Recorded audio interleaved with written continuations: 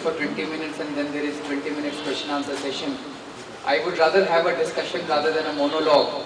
So I propose that I'll speak for 5 minutes and let's have a discussion for 35 minutes. Is it fine?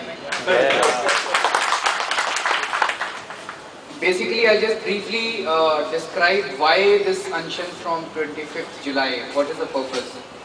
Last 1 year, we all are struggling and fighting for a strong anti-corruption law called Jan Lokpal Bill. Anna's put his life on stake twice last year, in April and in August last year. And August, I think, was historic. I think the country has not witnessed this kind of a mass upsurge since independence. Despite that, the government is resisting any strong anti-corruption law.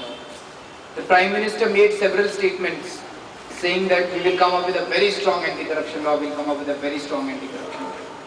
And the kind of law that was presented in Parliament was to protect the corrupt people rather than to punish them. I just give you 2 examples from that law which demonstrate how that law was meant to protect corrupt. Because many people, whenever we go, we are traveling all across the country. Many people ask us कि वो कुछ तो ला रहे हैं, आप क्यों अड़चन डाल रहे हैं, उतना लाने दीजिए, फिर बाद में ठीक करा लेना, इतना तो लाने दीजिए, बिगनिंग तो होगी कम से कम लोकपाल की. So please, you should be clear in your mind that what they are bringing is very dangerous. We have to stop that. It's not about that they are bringing something which is positive. What they are bringing is very negative. There is one provision in that law which says that if you make a complaint to Lokpal about corruption, and if there is not sufficient evidence in that, then you could be jailed for 2 years. But if you make a complaint and if you are able to prove that corruption was there, then there will be 6 months of punishment for the corrupt officer.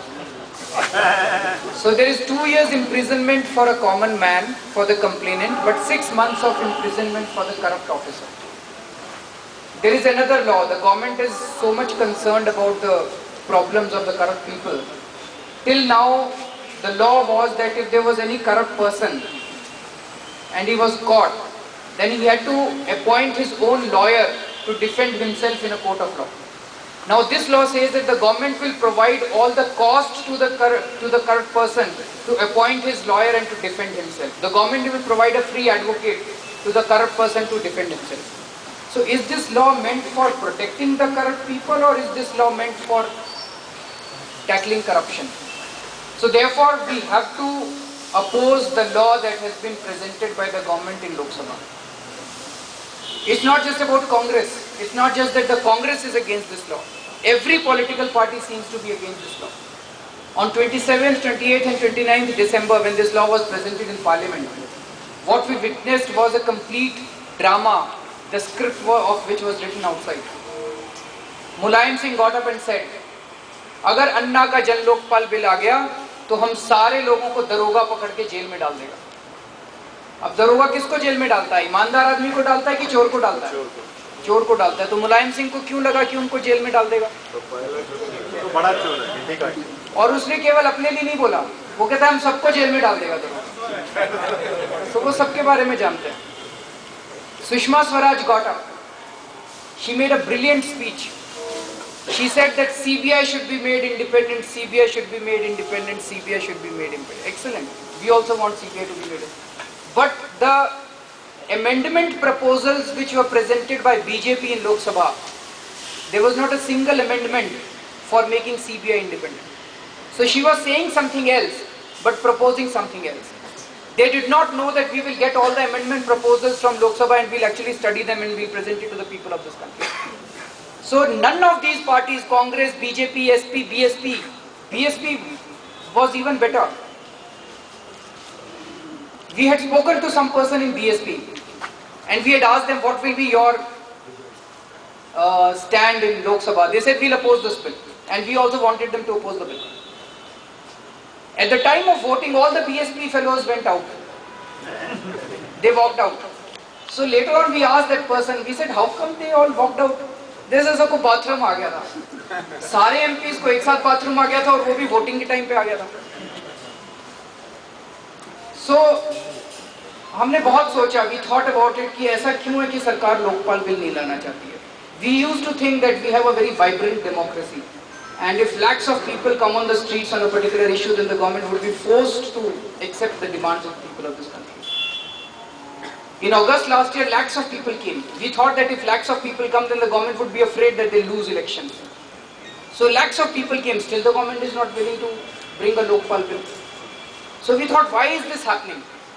Then we took a look at all the cabinet ministers. There are 34 cabinet ministers in our country, central cabinet.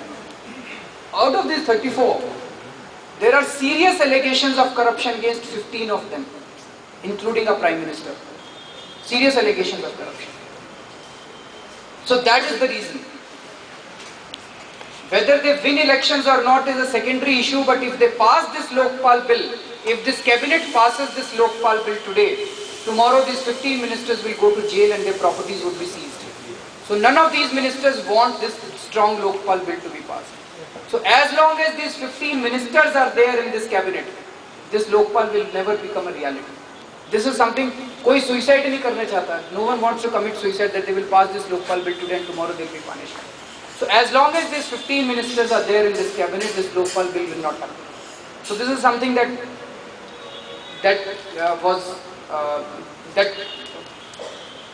we found out after our research. Second thing is, in the parliament, if a strong bill were presented in parliament, in Lok Sabha you have 162 MPs who have serious allegations of crime against them. The allegations are about murder, kidnapping, section 420, etc., etc. So as long as these 162 MPs are there in Lok Sabha and you have 39 tainted MPs in Rajya Sabha, I don't think this parliament is ever going to pass a strong Lokpal bill. So until we tackle this problem, we will not have a strong anti-corruption law.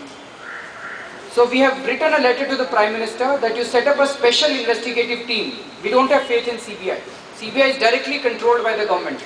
CBI directly reports to the Prime Minister. So we have written to the Prime Minister that you set up a special investigative team headed by 3 retired Supreme Court or High Court judges, honest judges on whom the country has faith.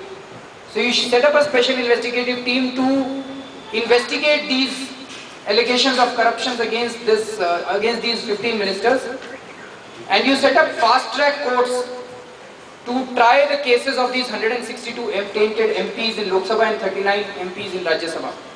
And if you don't do that, we will sit on unction from 25th July. The Prime Minister has written back to us that they are not going to set up any special investigative team, and he has also written that no fast-track courts. They said that the existing system in our country is good enough to take care of corruption and to take care of the taint that is there on the MPs. So he's categorically said that they will not do it.